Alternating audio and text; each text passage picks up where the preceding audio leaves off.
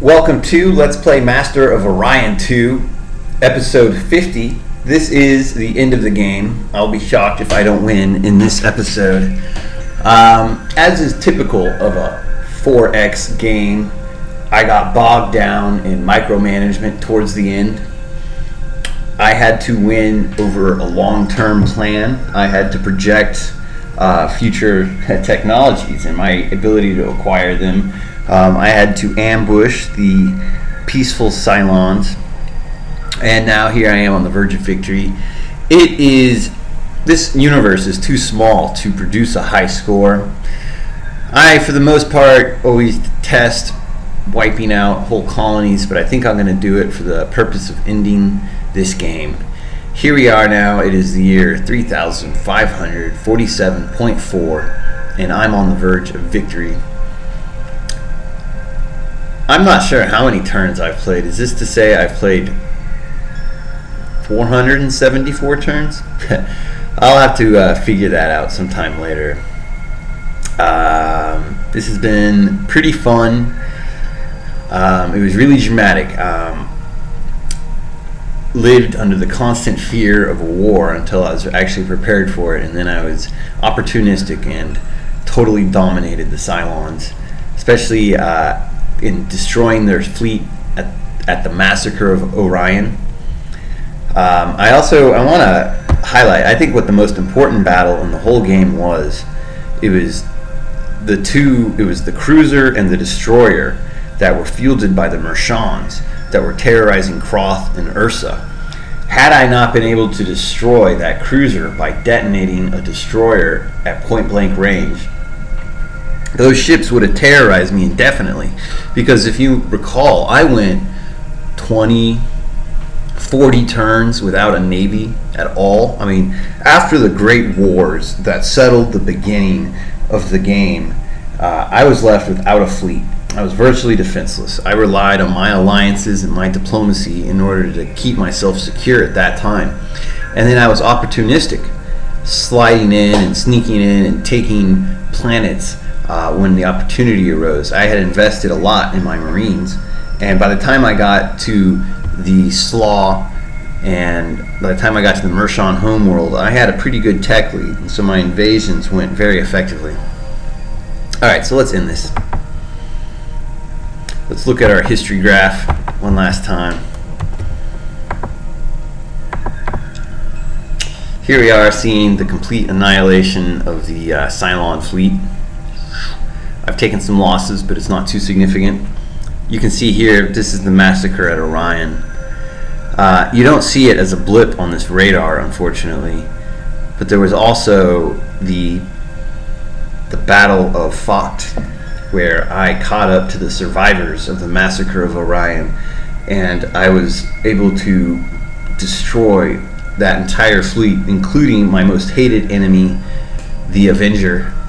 He was like Batman or Pancho Villa, but I caught up to him, and so that's that. Alright, so my research and heavy investment in hyper research ultimately won me the game. And here you can see this is why my tech eventually surpassed the Cylon. I wish I could see all the many races that I had destroyed and were also destroyed by others in my bloody rise to power. You can see this dip. This is where the Cylons were destroying my colonies, but here I gained because I was invading their colonies.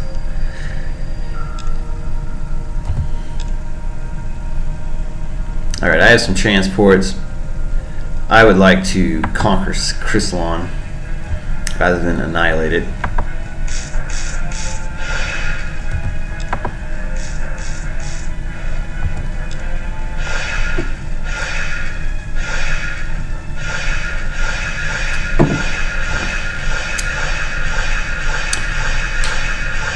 Again, now that this is sort of a post-mortem episode, this is really just the final lap for my victory. I would say one of my keys to success really has to be the capture of Slaw and taking Sakra and shipping them throughout my empire. So I got the human science research bonus, and then I got the Sakura population bonus. So there are racial bonuses that other races have out there that, as a player, you can gain an exploitive advantage. You can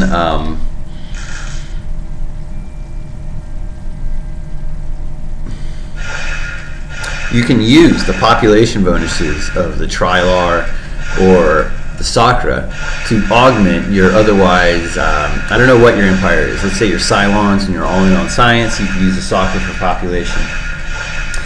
If you are Sakura, you can capture humans and Cylons and make them mostly your researchers, but I'm not sure whether Sakura research penalties apply to other races working underneath them. Generally, if you're Sakura or even Klaxon, you need to win very early. You can win as a Sakura late by maintaining peace and getting enough planets and using your population bonuses, but for example, in the map I'm playing here, the empires became too equal, 50-50. You needed a significant planetary advantage in order to have a population enough to win by a vote, especially single-handedly. Class 7 shields, that's yesterday's technology. Alright, I have 7 transports, so I can invade Pesci. I imagine that future me, who will not be around to manage this empire, will rebuild all these planets, rebuild all these colonies that were destroyed in the Great War of Peace. That's how the future annals will record this period. It was called the Great War of Peacemaking, so that peace could be a permanent aspect of life in the merchant verse.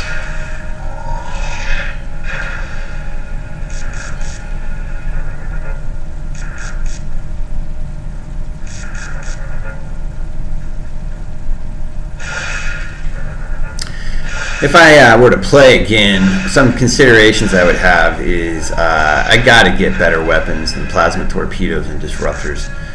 I mean, disruptors were great for battling the other ships at the end of the game, but they're really struggling to attack the planets, and using plasma torpedoes isn't very effective either. I really wish I had something much more able to punch through a barrier shield. Barrier shields are very tough.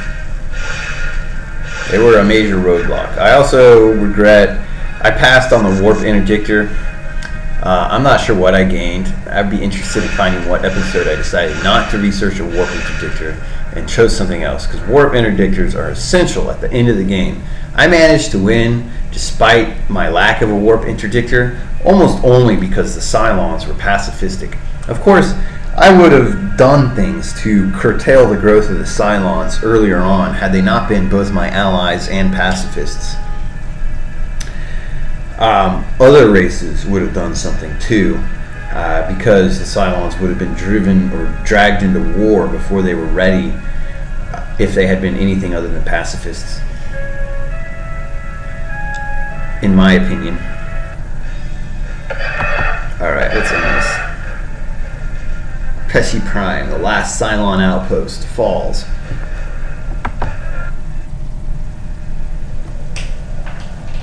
The power of the ancients is now yours to command. You have crushed all opposition beneath your heel. The greatest empire in the history. Its soldiers' bravery at your command. Your army is undefeatable. You patrol the skies of every planet and galaxy. This galaxy. But other challenges await. A master of Orion. I thought it was an appropriate symbol that the battle to control the fate of the universe, or the fate of this galaxy, as they pointed out, happened at Orion. I thought it was fitting, considering the game is the Master of Orion. Because I played on small, impossible with 8 opponent players, I entirely skipped defeating the Antares. I failed to capture Orion. That was really disappointing.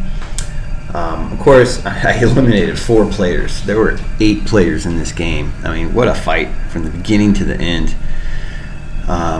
You'll notice that 2 of these were close allies for an extended period. You can see a lot of history happened. Here, the Mershon fell in the year 3524.4. The Brolathi fell in the year 3515.3. So it was 100 turns or so between the Brolathi and the fall of the Mershon.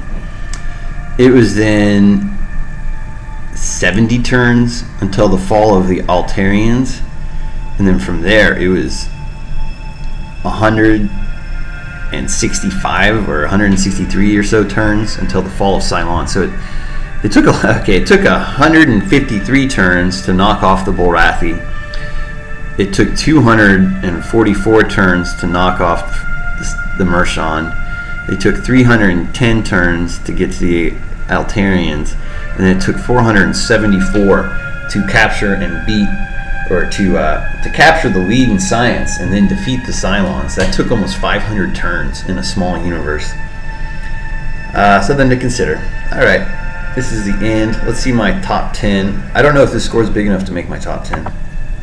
Well done, Sargon is truly one of the best ever to play Master of Orion 2, Battle at Antares.